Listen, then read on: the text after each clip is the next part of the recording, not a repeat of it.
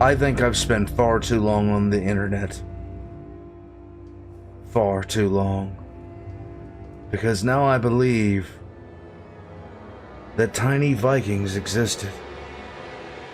We have the evidence. You decide.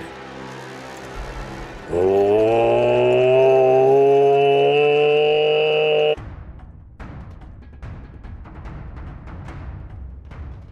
Warpugs, we are here for Miniminuteman, and this is Awful Archaeology episode 6, and this is on the Baghdad battery. Now, this is something the second I found out about it, and some of the theories that surrounded it, I was just holding my head in pain. But I'm here to figure out what's going on with it, guys. Miniminuteman, I've seen two things from him. The first was on a series of on a map that people thought pointed to God, I don't know. And the second, where a bunch of people thought the ancient Egyptians had light bulbs the size of a Honda. I'm really not sure how many crayons you have to eat. I'm really not sure. There is a point where my brain starts to collapse. I am happy with any well thought out argument. Yeah, I do. I delve into conspiracy theories. I delve into them. But the second it stops making any kind of sense whatsoever, you gotta bail out on that. Like, I for one believe, well, not really believe, but I would hope that one day we'll find evidence of a, so, let me backtrack a minute. When I was growing up, the earliest civilization we knew of was the Sumerians. Now we know there were civilizations before them. I hope that one day we find evidence of a civilization that happened prior to the thawing of the ice sheets. And one day I really hope we figure out how that happened, because there's a lot of questions that, for me, just don't have good answers. The answers that we have aren't really good because they don't make a lot of sense. In any case, though, I'm all for a good conspiracy theory. I'm all good for a good alternative theory. What I am not good for is some of the ridiculous stuff that seems to be swallowed by people hook, line, and sinker. Why just my brain implodes, okay? My brain absolutely implodes when I start hearing about some of this stuff, and today we're here to watch me lose about 50 IQ points. This is Awful Archaeology's Baghdad Battery. This is episode 6. I highly recommend the Awful Archaeology series to you, because one, he presents his information very, very well, and two, the sheer fact of the matter is, if you got told about this without the context, and context is literally everything. If you take something without the proper context and then just lay it out, you can make anything seem plausible. Almost anything. But once you start applying actual context, it just falls to the floor. Such was the case with the, I can't pronounce the word, the map. And then, I'm not even going to talk about the light bulb. My brain will explode. Guys, we're here for the Baghdad battery. Let's jump right into it. All links are going to be in the description down below. Please leave a comment down below letting me know what you think of this nonsense. And, hey, we're here for Milo. Let's go. And he has a blackboard and chalk. He has chalk. Delicious. They come in different flavors. I wonder if there's raspberry. Whoa, what's all this stuff? This doesn't look like the start of an Awful Archaeology episode. As I mentioned at the start of my last couple videos, I have opened a P.O. box. Yay! Which you can see in very small letters here, and you can see by the graces of my wonderful editor in much larger letters right here. And Yay! After collecting all of the packages that I got in my P.O. box over the course of the last 3 or 4 weeks, I finally have done my first unboxing, which I have posted on my brand new second channel. My second Congratulations. Channel is going to be home to all the sort of non-professional stuff that wouldn't go on this channel, whether it be unboxings or urbex or vlogs or really whatever I damn well please. So if you want to check out the first episode of my archaeological unboxing, make sure to check that out. The link is in the description of this video. Also follow that one because I just got my... I saw he had an iPad, one of the original iPods. I have one of those sitting on the desk out there, same color and everything. First video demonetized on this channel because education is dangerous, apparently. I'd like to thank you all for watching, and without further ado, let's get right into the episode.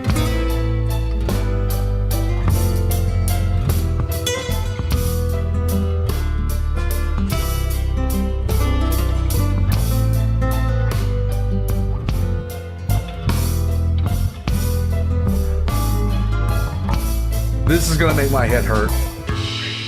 Just stole this pillar from a grave site. Oh yeah, it looks so much better in my living room.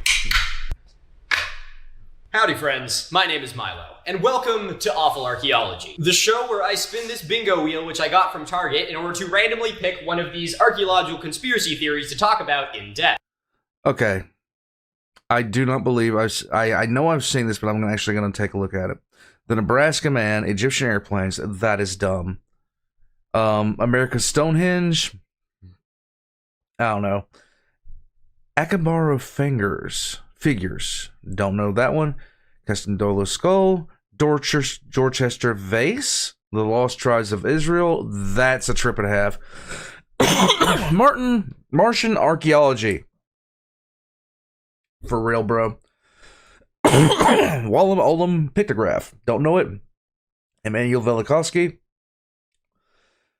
I have no idea. Colombian airplanes. The Shroud of Turin. Oh, Jesus.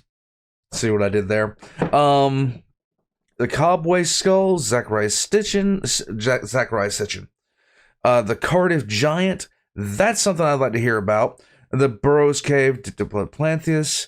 Nampa figurine, Piltdown Man. That is an episode I definitely would love to hear. Lovelock Cave, Certus Cube, Akoshka Pillar, Eric Von Duncan, Costco Artifact, the Purple Stone, Gosford Glyphs, Nineva Lens, I can't pronounce that, Ahmed Osman, Behringer Hoax. The Behringer Hoax... Or is that about the Behringer Crater that can't be about the Behringer Crater in Arizona. I'd want to hear it. Piri Rees map, Smiley Seashell, Graham Hancock. That would be something. The City of Apollo, Wall of Severus, Forbidden Archaeology, Wonderstone Spheres, Foxhole Jawbone, London Hammer, Crystal Skulls. Okay, watching Dan Aykroyd talk about crystal skulls is kind of concerning. Cryptesis, the Cirrus Mystery, Clever Skull, Drop of Stones, Ivory, Pomegranate, the Hava Dubai Dinosaur, Philippe Box Map. What does that show? The Ugani Monia, Newark Holy Stones, Metcalf Stone, the Kensington Rune Stone, Gozel Artifact, Ica Stones, Davenport Tablets. Most of these I've never heard of. The Star Child, Baghdad Battery, Fawcett's Idol, Etruscan Terracotta Warriors. I never heard of that. Welsh colonization of North America? The Welsh? You can't even pronounce their towns. The Indigo Burrows and Indigo Bruno's entire channel. Jesus. The Candelabra of the Andes. Beartooth Highway Molar. What? The Glastonbury Zodiac. And Kyrith McKenna, Los Lunas, Rwandan Alien Cemetery, Stegosaurus Pictogram, Leylines Mew, Lemuria, Jesus Christ. Dude, if he does Lemuria, I'm going to piss myself laughing.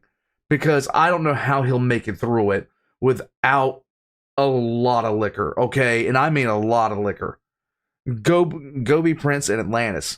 I would love to see him cover the because I like hearing from people that agree with me. I like hearing from people that disagree with me. I like hearing from people that know more about stuff than I do, unlike a lot of people. And I'd love to hear what he has to say about the the younger dryas impact hypothesis. I'd love to hear what he has to say about that. I was actually hoping I'd see that on here. The Alpha Archaeology Bingo of Pain. Yay! Let's go. As you may remember, once upon a time, I did have a roulette wheel that I would spin and then pick the archaeological conspiracies that way. But for those of you who don't know, I managed to lose the wheel. How you lose something that's digital? I don't know. I'm making this up as I go. So going forward, every single episode of this progressively more painful series is going to be picked by this ball of balls. Last episode, we talked about the Dendera Light. The Dendera Light. Sorry, I'm an idiot. I forget things. Me and names and numbers don't mix. An Egyptian carving, which conspiracy theorists will claim as proof that ancient Egyptians had working electric lights. Which is stupid. At the time when we filmed that video, I was still between random picking methods, and so I decided to just pick the next conspiracy myself. And I decided it would make a lot of sense to stick with the theme of ancient electricity conspiracy theories, which is why, ladies and gentlemen, I am proud to present to you this episode of Awful Archaeology, where I will be telling you everything you need to know about the...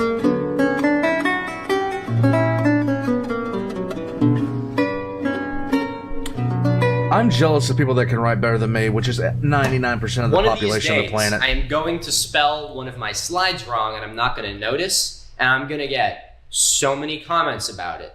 Baghdad Battery. Let's get going. Typically, when you look at a term like the Baghdad Battery, it would be logical to infer that it was found in the city of Baghdad. That's what I thought. You would, however, be wrong. I could probably actually move this now because I need that space for images. But I'll be using this later. Temporary moving of the stolen artifacts. The Baghdad Battery was an artifact discovered in the Iraqi city of Salman Pak, which at the time was known as Rajut Rabu. The city of Baghdad is located along the Tigris River, and the location where the batteries were discovered is located about 15 miles to the south. While today this settlement is known as Salman Pak, in antiquity it was known as Al Madain, as is indicated by my terrible handwriting. And because this Your handwriting is not terrible, stop it. You should see my handwriting. My handwriting looks like I'm in the middle of an earthquake while having a seizure.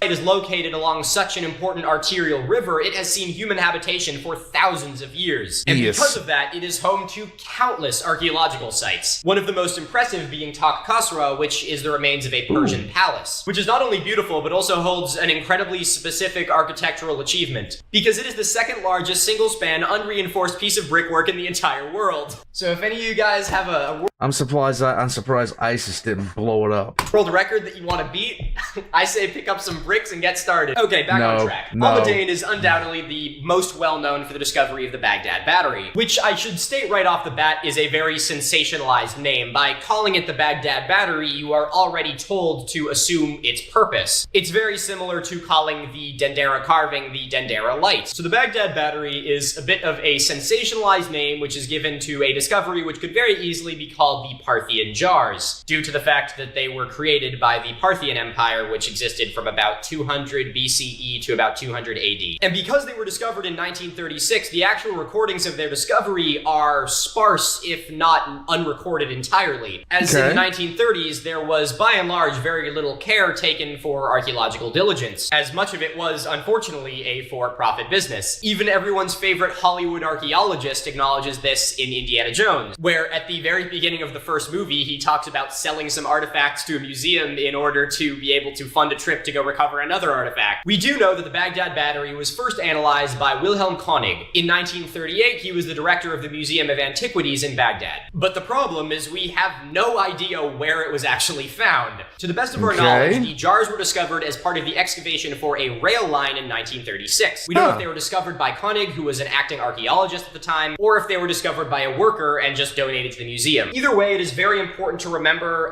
for this story going forward that we don't actually know what these jars were like in situ. I've had a couple people ask me in the comments what it means, so I'm going to write down a vocab word. I really am starting to just fill the shoes of the weird substitute teacher, aren't I? In archaeology, the term in situ refers to an artifact's sense of place. One of the most important things in the discipline is context. When an artifact is found in situ and you remove it, you are removing all of the context that that artifact once had. And something I just said in the intro was context quite literally means everything. And in doing that, you can lose more information than you would by just having the artifact. For example, if you were to see a stone spearhead in a museum, you have no idea where it was found. It could have been included as a grave good. It could have been found lodged in animal bone. The region and depositional layer that it was found at could all tell you things about this piece's story. But those are things that you can only learn by it being in situ. Either way, that's a long way of saying that we have absolutely no idea where these jars came from, which to us as archaeologists is probably the most important piece of information that we could ever ask for. The find is supposedly around 2,200 years old. But of course we can't be sure because this analysis was done in the 1930s and they were taken out of context. And the find consisted of 4 unglazed ceramic jars. Each one of them measured about 5 inches tall and about 3.5 inches across. Of the 4 jars that were found, one of them contained a piece of heavily deteriorated papyrus, and the other 3 contained a cylindrical tube made out of copper. As you can see here in my artist's rendering, each one of the copper tubes was equipped with a bottom which was soldered on with lead. And of these 3, which were found to contain a copper tube, one of them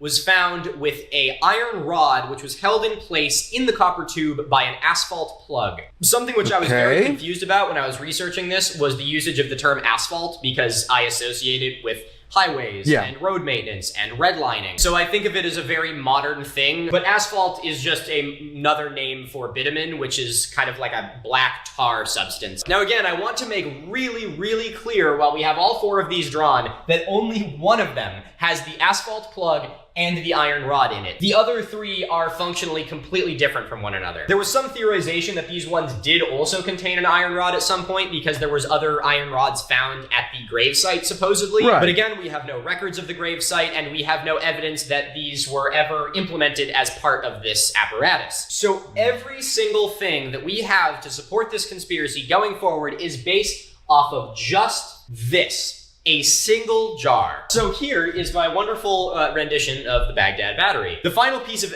evidence that Koenig found to suggest to him that this was some sort of electric cell was the presence of a residue which suggested an electrolyte within the container. Probably wasn't Pedialyte or man Pedialyte. Yeah, it's for fucking men. I got so shit-faced last night that I needed some Pedialyte.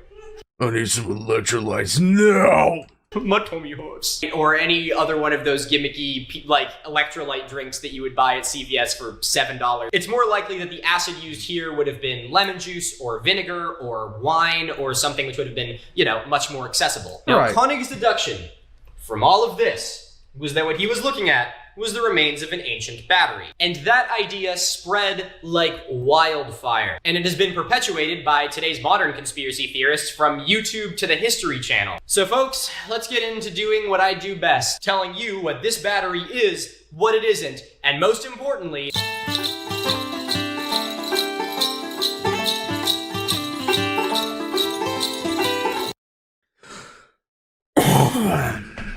now, honestly, you can take a look at something, and I don't understand why we do this. You can look at something and be like, hey, if I didn't know any better, blah, blah, blah, blah, blah. You don't, like, there's nothing else. Like, that's the problem, is nobody, am I on drugs? Does nobody else see this as the problem that it is? Like, I'm sorry, it's just, look, you can have a Steve. Just be. I'm gonna let it play. This is gonna give me a headache. It's going to give me a headache. The stolen artifact is coming back. Yay! Last episode, I got very frustrated with the sheer idiocy of a lot of the conspiracy theorists I was talking about, and I asked my wonderful partner to make me a drink. Now, this was met with some mostly positive feedback, and a couple people who, what was that one? Gets mad at idiots on TV for being racist, makes wife fix him a drink. Which taught me 2 things. 1, we're married, apparently. That's news to me. And 2, fellas, is it racist to have a loving partner? It's racist to be loved. In this day and age, depending on which person on Twitter you ask, yes and no.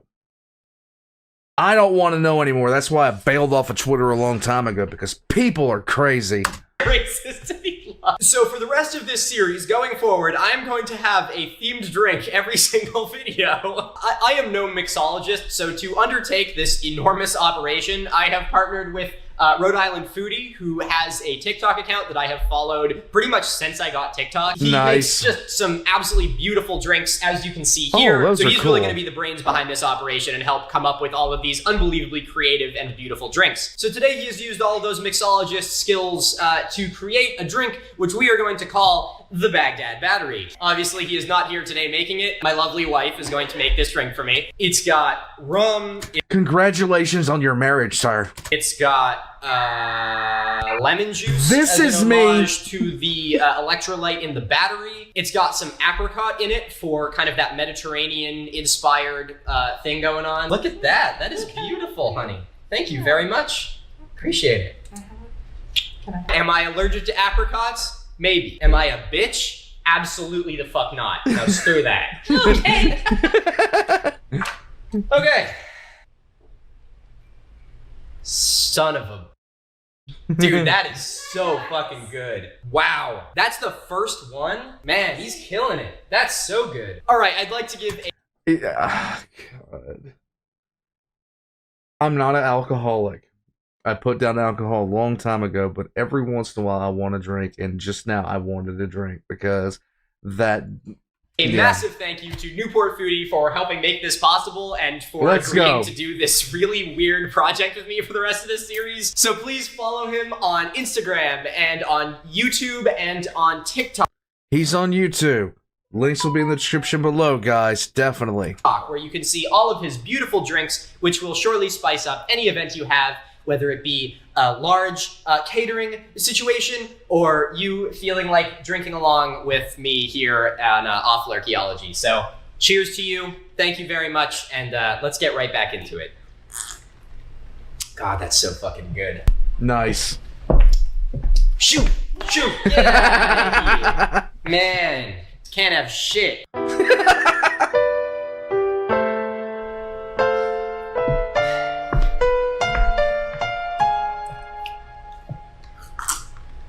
It's your favorite part of the video. It's the part where I look at terrible conspiracy videos and tell them that they're wrong. I feel that there is no better way to understand the conspiracies surrounding this video than by looking at the documentation of someone who believes in it, in order to better understand the way they think, and so that we can see really what it's built upon, if anything. I'd like to give... Oxygen is the best disinfectant. Like, flat out. Like, sunlight, oxygen, best disinfection, best disinfectant. The sheer fact of the matter is, if you want to learn how there we go. My brain did it now.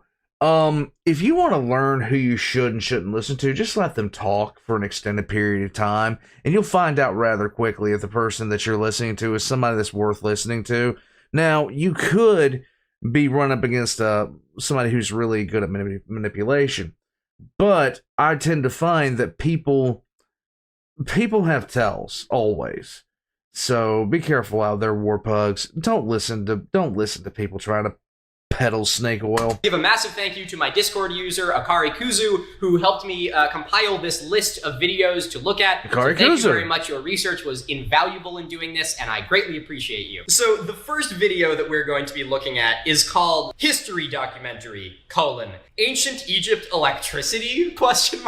Ancient History of High Advanced Technology Evidence. It has 39,000 views, and it is from a channel called Ancient World with 2.7 thousand subscribers. Okay. Well, that's Present. a good start. I don't think that was an audio error. The sound just sort of stops. I watched that like 2 times in order to make sure it wasn't my computer, but they just cut out the sound effect at the intro. Camel.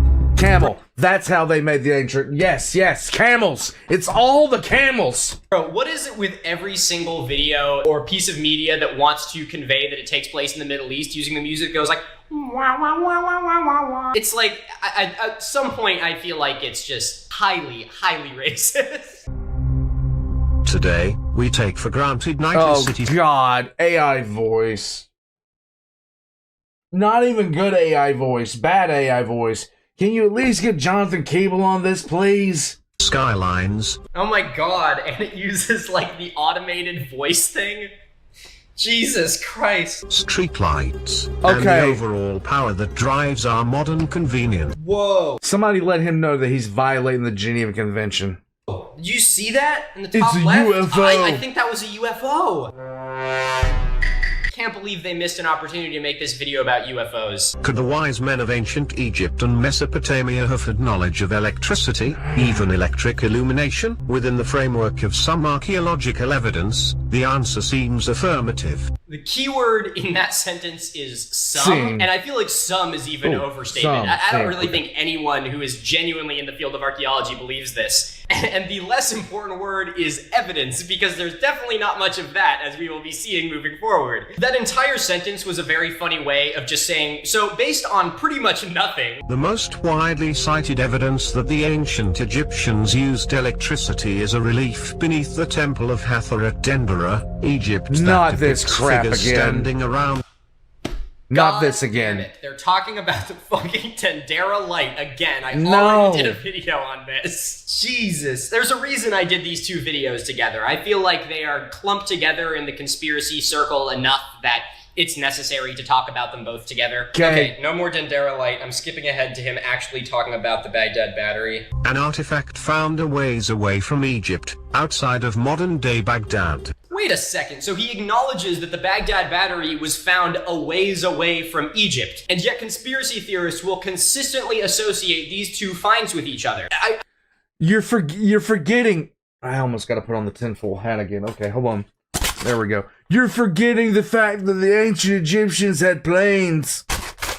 I really cannot wrap my head around the train of thought which involves looking at a carving and then drawing from a completely different find in a completely different part of the world and then just being like, yes, these two things were associated with one another. Actually, no, you know what? That's because you're not trying hard enough. It makes a lot of sense that these two things are lumped together, because while they may be in very different parts of the world, they are all parts of the world which would open in a Hollywood movie with music that goes wah wah wah wah wah wah wah. Shows some electricity production was possible in the Middle East thousands of years ago. Yeah, but was it though? Was it really? Are you going to cite that? Are you going to give us evidence for that? Because I don't think it was. Okay, he also says it generates some electricity, so I'm very curious to see how much electricity it actually generates. This Right. artifact is known as the Baghdad battery. Now, you may remember at the beginning of this video, I mentioned to you that each one of the Baghdad batteries was about 5 inches tall. Each one of these looks like they're about 1.5 feet, maybe more. Right. And that is the kind of experimental archaeology that you will find so frequently destroys all of these conspiracy videos. By having a specific outcome in mind, they will change their experiment in order to guarantee that outcome. I've talked True. about the Tolima fighter jets, and of course the Dendera light. It's really just amazing that they can get away with this and they use it as actual evidence because it is so far removed from experimental archaeology that it's comedic to even associate them with one another. We try to figure out Cool beans. how did the ancients in Egypt achieve their artistic and technical perfection in total darkness. Okay. We had fire. Things burned. I'm going to lose my mind.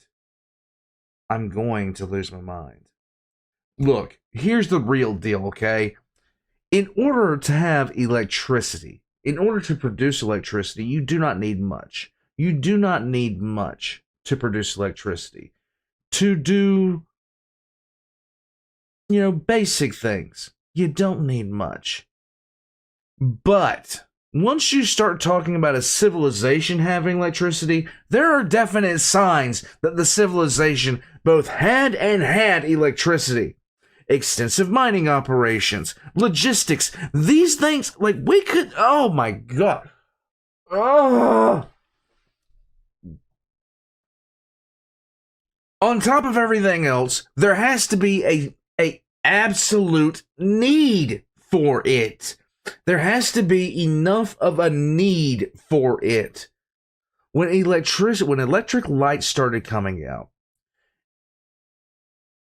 the infrastructure was being put into place already because other technologies had preceded it and we use those telegraph wires and stuff like that all need to be put on poles. Oh, look, now we run electrical off poles. I'm saying something, please just understand where my brain is like collapsing into. Every single major technological advance that we've had has been preceded by a series of technological advances and was built on the backs of those technological advances. But you're going to tell me that the Egyptians had lights, was lit up like downtown LA? I'm sorry. I would love to know what you're taking for whatever, like wherever you're getting it, because at some point I either want to try some or I want to avoid it at all costs. Because my God, man.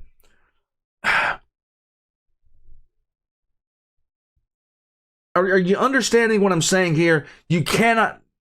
I'm shutting up. Okay, so you'd think that if a video is at its peak, it's at the, like, climax of the video where they're about to drop the bombshell, and he says that the battery in experiments works. You'd think that he would then go on to talk about how the experiment worked, right? The results of it, what it was able to power, you know, how it worked. But no, instead he just starts talking about the Temple of Dendera and how could they have lit it when it is dark inside if you don't have lights? Which, for those of you who don't know, as I mentioned in my last video, there's two ways. First is that they had olive oil lamps, and the second is that they didn't put the fucking roof on until they were finished carving, because they... Oh, God, why do I watch this stuff? This, like, the answer is right there! They weren't idiots. But that's really beside the point. Let's take it back a step to the it works. He glosses over the most important point here, which is exactly how much power this battery could produce. And there's not much. Lemon juice, copper, and iron, not much. We're looking at it might power an LED for a limited amount of time. There's a reason he does that. Smith University actually tested a replica of the Baghdad battery themselves, and they produced from one battery a grand total of 1.1 volts, which is less power than a AAA battery. In fact, it is so little power that you probably wouldn't even be able to feel it all that much if you were to touch the positive and negative inputs. This is also with a fully modern setup. We have no idea what the purity of the copper they were using was, or the purity of the iron, or hell, what sort of electrolyte they were using. I'm not an electrician, but I would be willing to bet that if you were to try and make a battery using lemon juice, vinegar, and wine, some would be better than others. So we are looking at a battery that in the modern world, at peak performance, would probably produce just over a volt of power. Dude, the comments on this video are insane. The video itself is one thing, but the comments under it are something else entirely. Ancient civilizations were more advanced than our era, and someone responds with, more advanced than our iPhone 11? Lol. That's fucking good. Electricity, bro, it's obvious. Who cares if they don't accept it? They will come around also when we need God reveals information to us so they can feel silly about rejecting the truth when the time comes.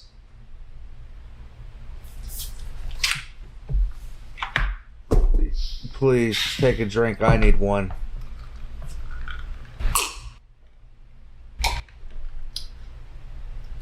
Thank you. I can't believe that I voluntarily chose this as a job. All right. I can't believe that I'm...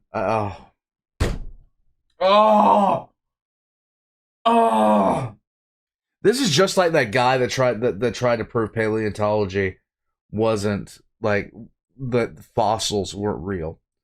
And I listened to that guy. Oh, God. Oh, God. Guys, I'm starting to... like, I'm gonna have an aneurysm. I've had enough of YouTube. YouTube sucks. Let's move on. I hate bad arguments. Cesspool that I like to call TikTok. Another day. Jesus Christ, that is the loudest bird noise I have ever heard in my life. My God, why would you ever start a video with something that loud? So this is a video from an account called The Star Child, which I've been tagged in a lot of his videos. His channel is full of just countless cold takes and pseudoscience, and so I'm sure that what he has to say on the Baghdad battery is going to be insightful, to say the least. Another day, another mystery. How do you explain this one? The Baghdad battery. I mean, this is a weird one. This is a weird one. I'm not one for using scientific language, as is evidenced by the fact that despite holding a degree, I'm standing up here swearing while I teach. But I do find it very funny when people use such informal words to describe things like that. It's a pretty weird one, am I right? It was found in 1936 near Baghdad in Iraq, and it has been dated to 250 BC. And well, it looks like a battery. But could it actually have been Okay, one? I'm taking a It was aliens. sip for that. I do think it would be very funny to implement a drinking game. And so allow me to propose the very first thing which I'm going to have to drink to every time I watch one of these videos. Okay. And that is somebody saying, looks like. Because the amount of conspiracy theories that involve things looking like something else is fucking groundbreaking. Salud. Rest in peace. Well, both Mythbusters and an actual scientist, Anna Eggebrecht, did an It's a funny lineup. The Mythbusters and natural scientist Anna Eggebrecht. Name a more iconic duo. experiment to see if the batteries would actually work. Guess what? They did. They did? They worked? Well, how much? An LED. They powered an LED.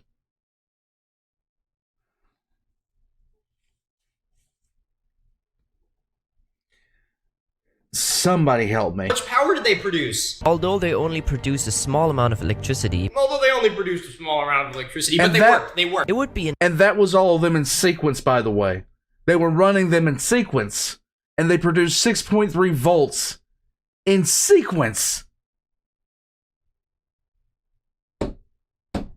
enough to light up a light bulb. Okay, so if it's enough to light up a light bulb, you would expect to find, sockets, wires, light bulbs, which you don't find any of. So Why'd you stop? Why'd you even stop there? Sockets, wires, light bulbs, infrastructure, large amounts of copper cabling or another conductor. You'd expect to find, I don't know, power exchangers. You would expect to find transformers. You would expect to find, I don't know, take a look around your city.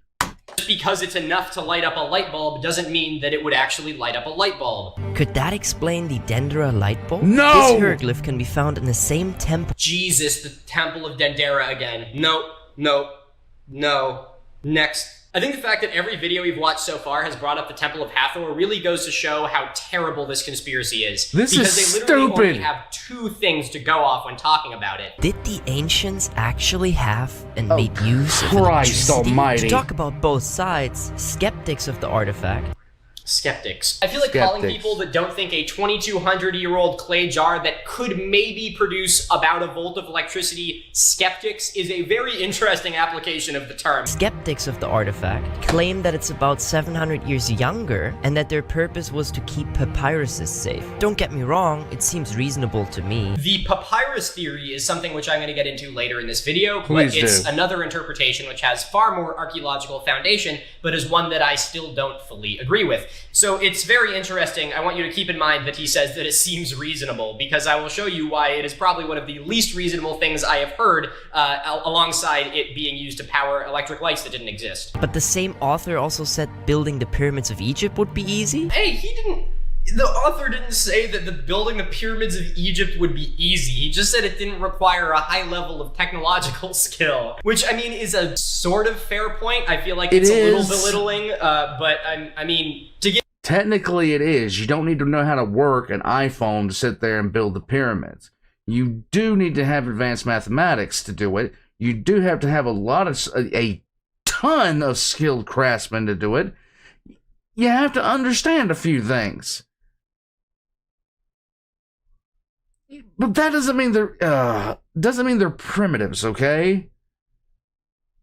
It just give him a little bit of benefit of the doubt, it would really rely more on just a huge amount of laborers rather than, a bunch of people making tons of intricate carvings. It's more coordinationally and scalarly impressive. Okay, back on track. Jesus Christ. So I think at this point it is safe to say that we can all agree that this was not a device used to power electric lights. No. But there is one part of this conspiracy which I still haven't been able to dispel yet, and that is whether or not it was a battery. As we saw in the experiments carried out by Mythbusters and by Smith University, the Baghdad battery is actually capable of producing power. It is, to be fair, an infinitesimal amount in comparison to how much you would need to actually run a power grid, and it is still a one-off find, but it's kind of hard to argue with that. isn't it? But we don't find anything that this technology could have powered. No wires Right. and no bulbs. But just because it's not a very high power battery doesn't mean that it's not a battery. Because light bulbs aren't the only theory. And some people think that it could have been used for...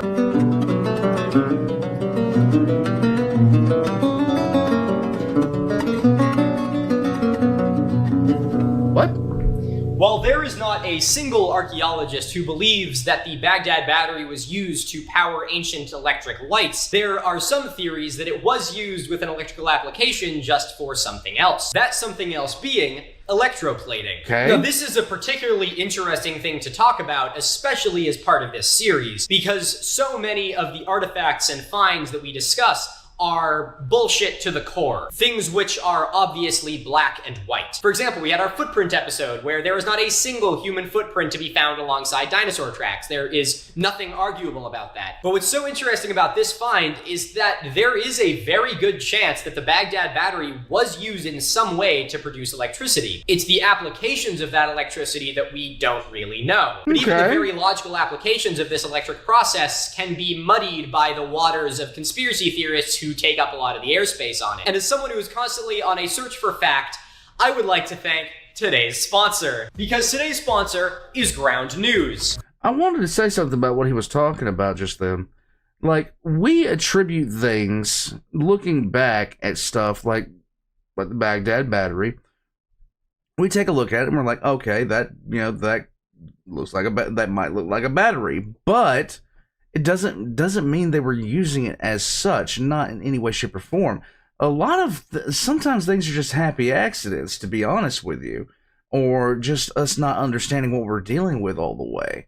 The microwave in your kitchen came about because somebody was testing radar and they just happened to be eating, from what I'm understanding, they happened to be eating corn, set some down in front of one of the emitters, and it started popping. And then they figured out things from there that you can use, like, I don't know if that's a true story or not. I'd have to actually look into it. But the sheer fact of the matter is, a lot of things are just happy accidents sometimes. It is what it is. Ground News is the very first news comparison website, which allows you to weigh news articles from different sides of the political spectrum. We are all heavily aware, especially here in the United States, that news is incredibly political. And as consumers, it is all too easy to just be fed whatever is given to us. Yep. Algorithms will suggest us only things which fit into our thought bubble, which can be very comforting, but is also very damaging to anyone who wants to broaden their horizons and learn more and the truth about the world around them. I am a huge fan of this service, and since they reached out to me, I have been using it quite a bit in order to learn about the goings-on in the world. You can see the biases of the different media outlets which are talking about certain topics, as well as easily access all of those articles so you can see how people are talking about it from different sides of the political aisle. Ground News has over 150,000 people, locations, and topics that it covers, allowing you to do a keyword search and be able to find every sort of article about any topic that you could really think of. The coronavirus, the war in Ukraine, or pretty much any sort of political race anywhere in the world. One of the things that I appreciate the most about it is not just an American-focused news organization, Good. and it has worldwide coverage of topics from everywhere. Because of this, I am able to broaden my worldview beyond the borders of the good old US of A, despite the fact that all of the news which is pushed to me on social media is all United States focused. If you are looking for a better way to stay informed about all of the current events around the world, you can go to this link or click the link in my bio. It helps me out, it helps the channel out, it'll help you out. It's really a win-win situation. I recommend always, because of just sheer life experience in the regard, never get all your news from the same source. Never get all your news from sources that are all agreeing with each other. Because if you do, you're being programmed 100%. Everybody, like, the people that own those companies have an agenda that they're trying to push. They have an agenda. And that's not some wild conspiracy theory. It's a proven fact. Everybody has an agenda. So I always recommend to don't just don't just listen to one news source. If at all possible, if I'm sitting there watching a news article, if I'm sitting there watching a news feed and they come out with a story, I don't want to just listen to the story. I want to find somebody that disagrees with that person that's presenting that story, and then I want to look at the original source myself.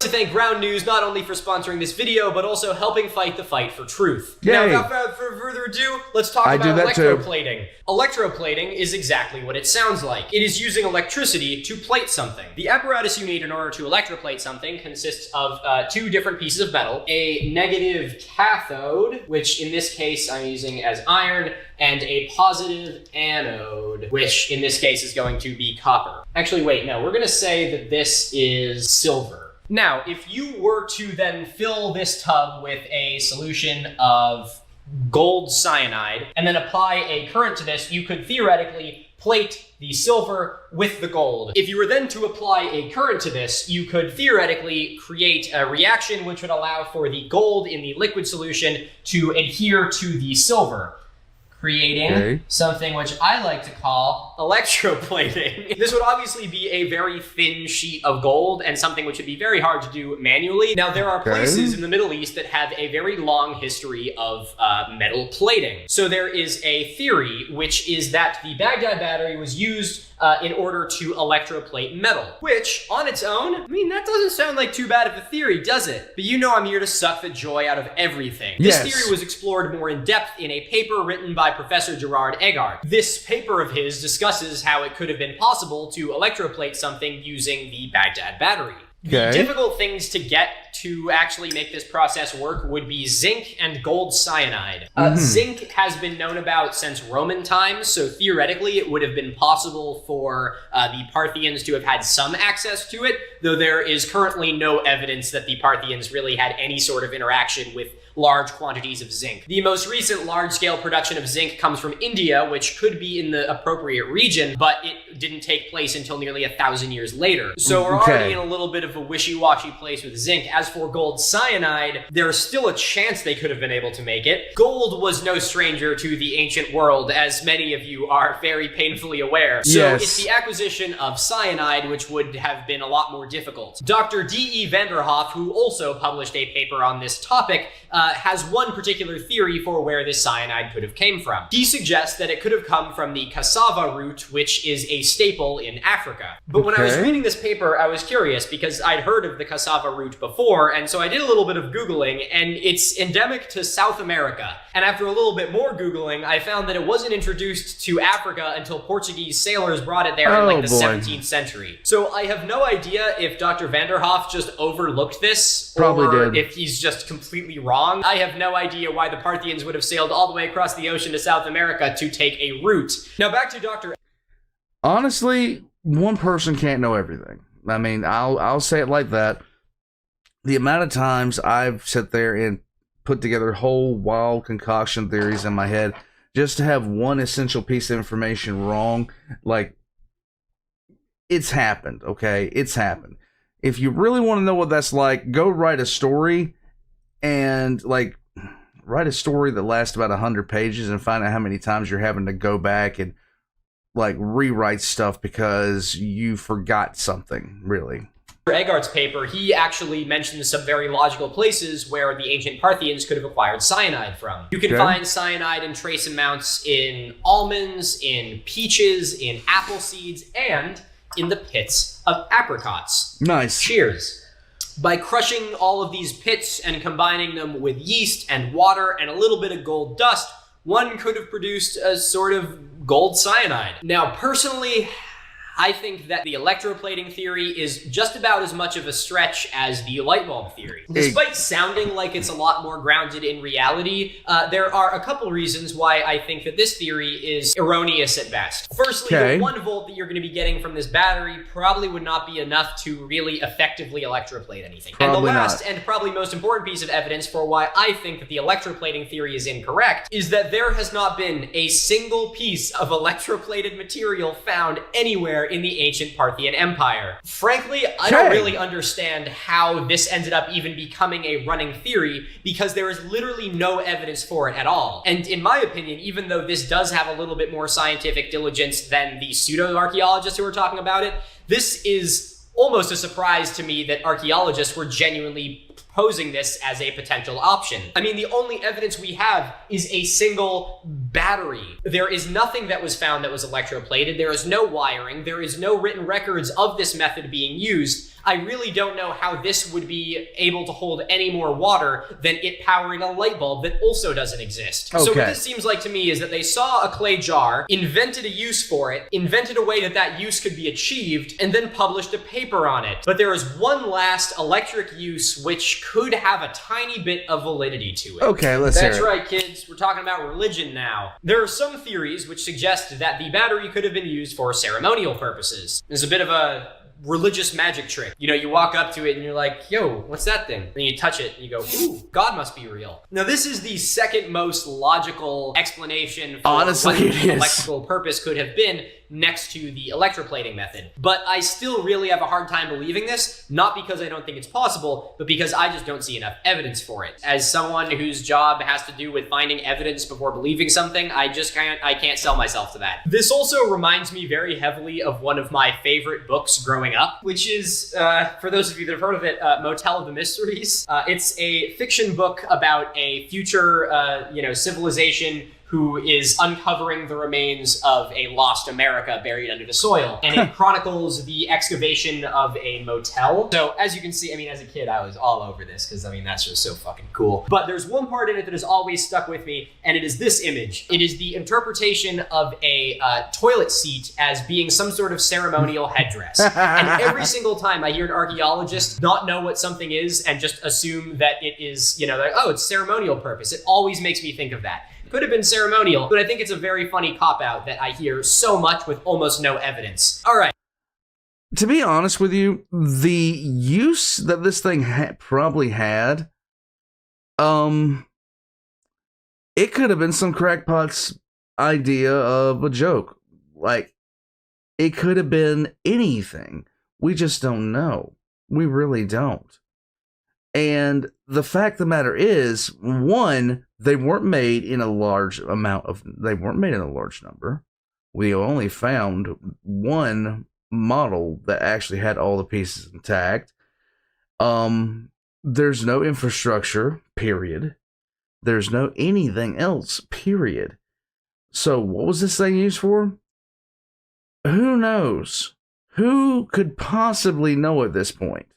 Right, so we're going to move on to the last theory about what it could be. As I mentioned earlier, one of the running theories for what the Baghdad battery could be is a vessel in which to store papyrus. Papyrus obviously would decompose over time, it would fall apart, it was fragile, and so it would make sense to find something to store it in which would improve its lifespan. Now, I mean, it seems like a half-decent idea, but we only have found 4 of these. One of them had papyrus in it, and the other one had acid in it. Now, I don't know about you, but if I was trying to preserve an important document, I typically wouldn't put it in acid. Plus, the jars are just far too small to hold any sort of manuscripts. In any sort of library or anything that people have found in the ancient world, we don't just find tons of these jars. I really have a hard time believing this was a storage device. So you might be thinking, okay, Milo, I know that you're a buzzkill. We all know this by now. But what do you think it is?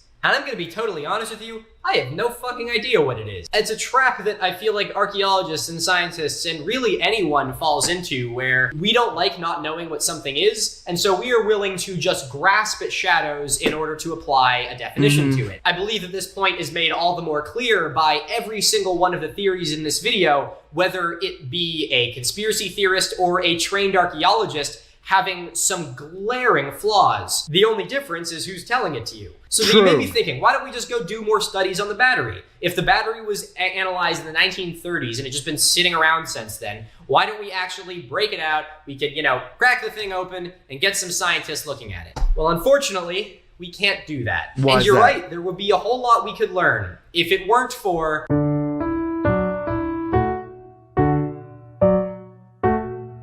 Oh, crap.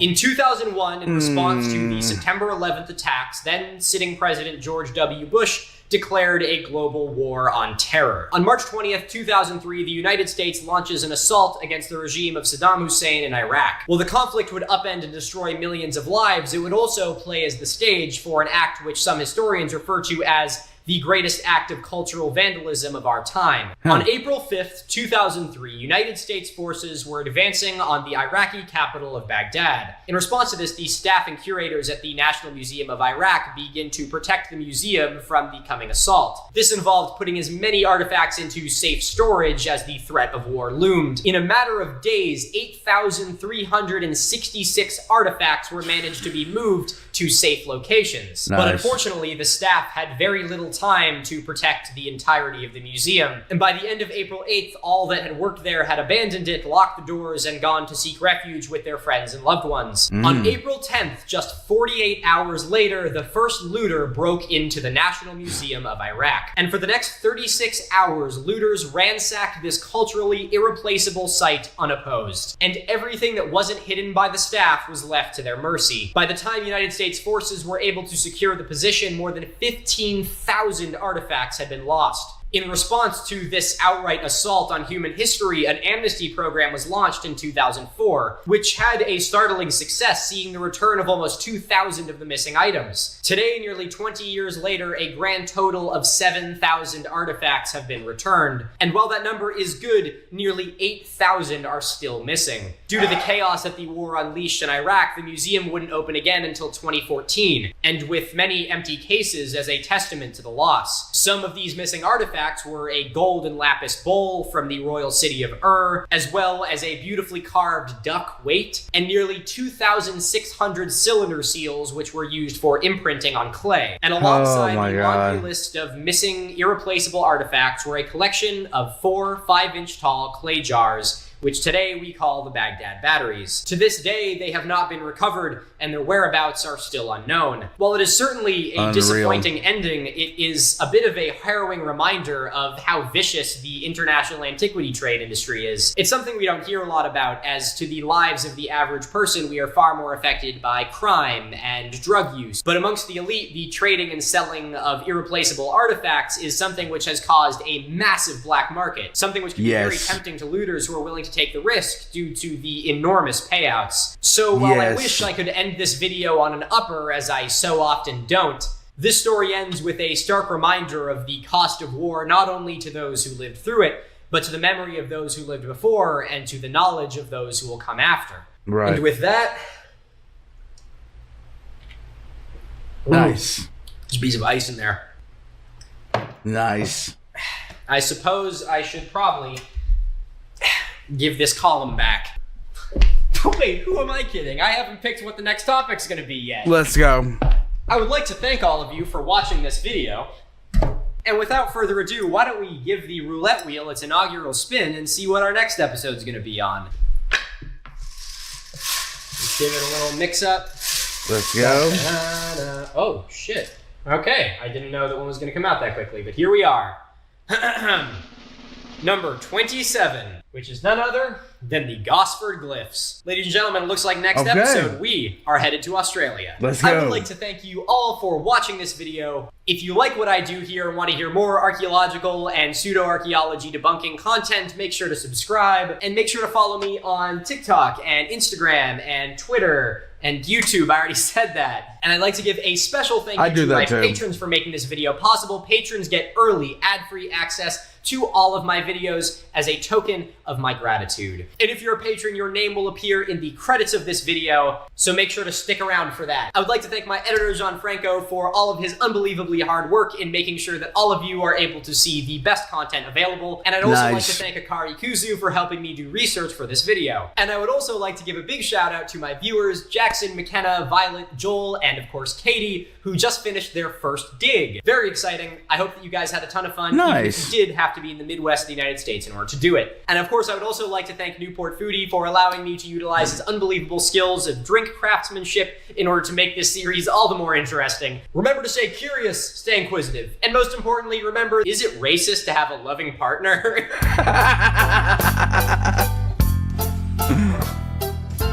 Okay, so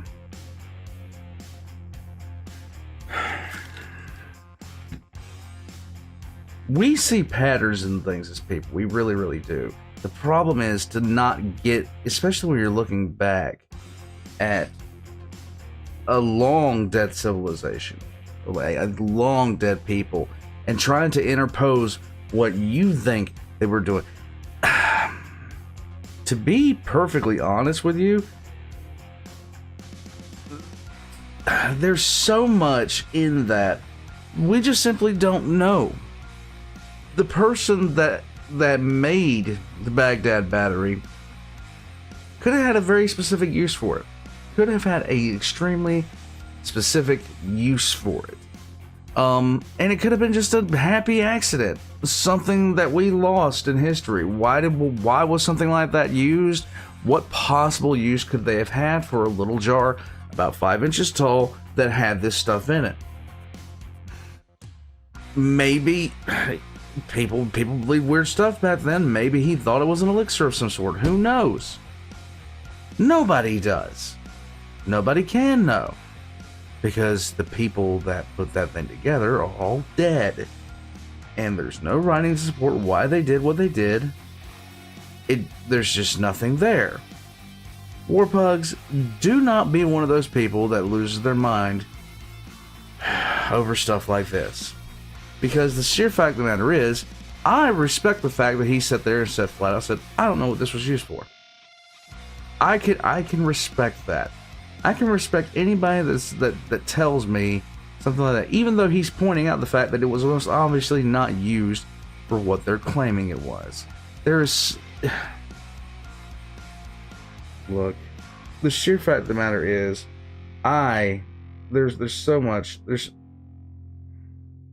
The first time I ever saw a picture of an Egyptian city lit up, where the art was coming from, like trying to point it out as like, ancient and all this, like, oh, the Egyptians had power. No, they didn't, dude. Do you realize how much crap we would have found by now? I'm gonna shut up, Warpugs. I'm going to shut up. I will catch you guys next time. I hope you have a good day. All links are going to be in the description below. Please check those out. Please check out all of Miniminuteman's links, as well as my own. My merch, Patreon's down there as well. I'm trying to get things back together there, but I live with in perpetual exhaustion these days. So until next time, Warpugs, stay safe and don't get duped by really, really ridiculous people. I'll catch you guys next time. Like and subscribe.